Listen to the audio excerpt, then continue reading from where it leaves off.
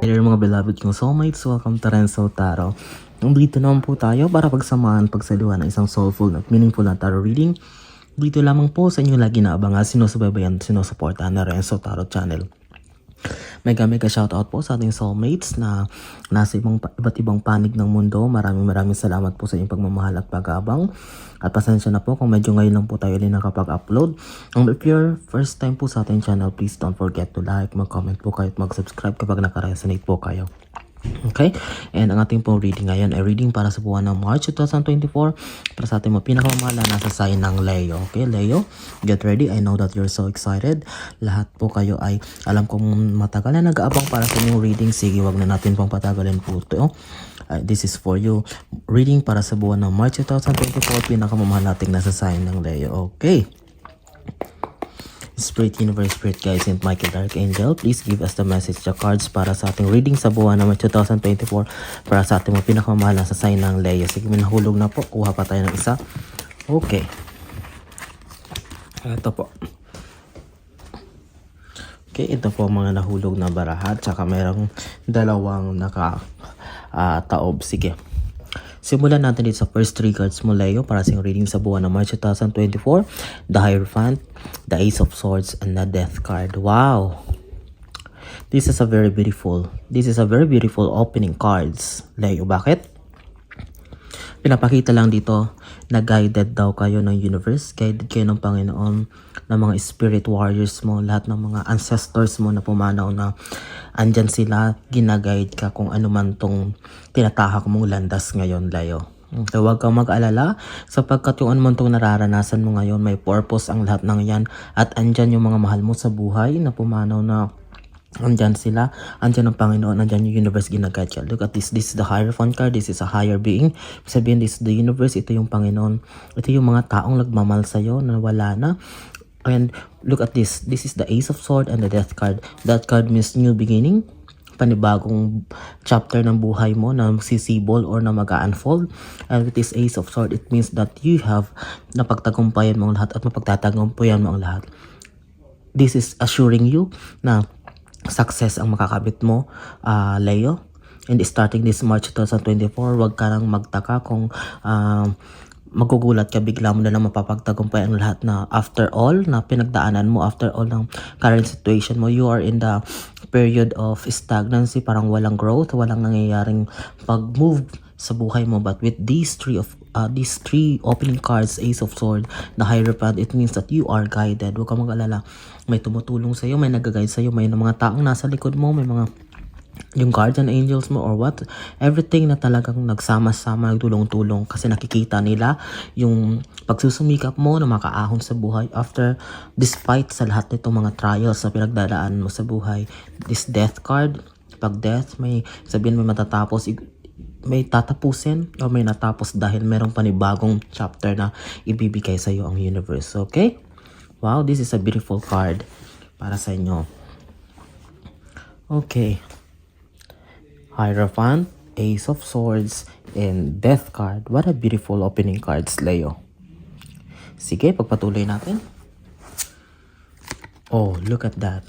Wow! Wow! Kinikalabutan na Leo. Leo, Ace of Pentacles and Three of Cups. Wow! Tingnan mo. After the Death card, sabi ko, di ba? New beginning. Look at this. Ace of Pentacles. Hawak-hawak mo isa. Napakalaking pera. It means you are assured talaga, Leo, starting March 2024, na prosperity, abundance, at alam mo yun, parang wala ka nang hihilingin pa.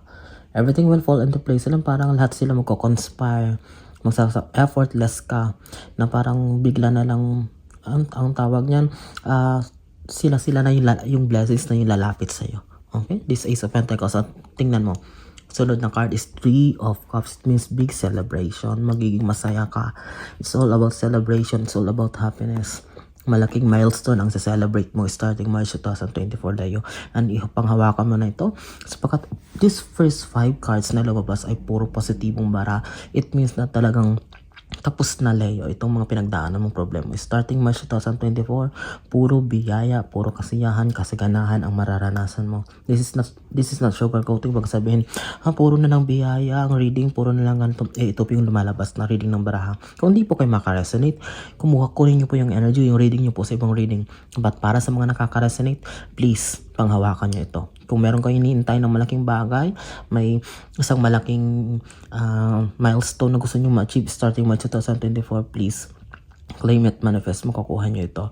Okay? Kasi nga, di ba Leo, grabe yung pinagdaanan nyo for the past months or the past years. Lugmok na lugmok kayo, hirap na hirap kayo, baon na baon kayo. And this starting March 2024 with these 5 beautiful opening cards, the universe, okay, Saint Michael the Archangel and your spirit warriors, your guidance, your guardian angels are assuring you, Leo, na talagang tagumpay o makakamit mo. Starting March 2024, okay, starting this sa buwan ng Marso, unti-unting mag-unfold, unti-unting mapapakita ang mga sign, unti-unting makikita mo yung mga mapagko-connect mo yung mga puzzle. Kaya pala nangyari to sa akin. Kaya pala nag-fail ganito. Kasi may malaking plano pala sa akin ng Panginoon, ang universe na ito na pala yon. And you will be thankful later kasi kung di dahil doon sa mga pinagdaanan mo ay hindi ka mag-mature, hindi ka mag-grow as a person na mapagtatagumpayan ang lahat at makakamit mo kung ano man itong hinihiling mo sa buhay. Okay? Wow, Leo. That was a beautiful opening cards. 5 cards. Sige. Again, if this is your first time po sa ating channel, please don't forget to like. Mag-comment po kayo at mag-subscribe po. Para mas marami pa pong soulmates ang alam sa akin, makakilala sa ating channel. Matulungan din po natin sila, mag-guide din natin sila para sa kanilang kapalaran at kung kanilang mga gagawin sa mga susunod na panahon. Okay? Spirit Universe, Spirit Guides, Saint Michael, Dark Angel, Guardian Angels, please give us the message para sa ating pinakamahal na nasa sign ng Leo. Ayun, minahulog na po. Ito po. Ito po siya. Sige. Wow, nakikita mo pa ang nakikita ko. Okay. Simulan natin dito sa Justice card. Okay. Leo, this Justice card, may kilalaman daw parang lately na-involve kayo. Ano ba ito? Parang may ilan sa inyo, Leo, nagpabarangay or pinabarangay. Dahil siguro may nautang, may nagasa sa pera, may nahiram na pera, yung kinalaman sa lupa, investment, negosyo na parang hindi na-grow. It's all about justice. Okay, don't you worry kasi all of that ay mapagtatagumpayan mo. That was just minor, mga minor na mga bagay lang naman yan at masasettle mo yan, Leo.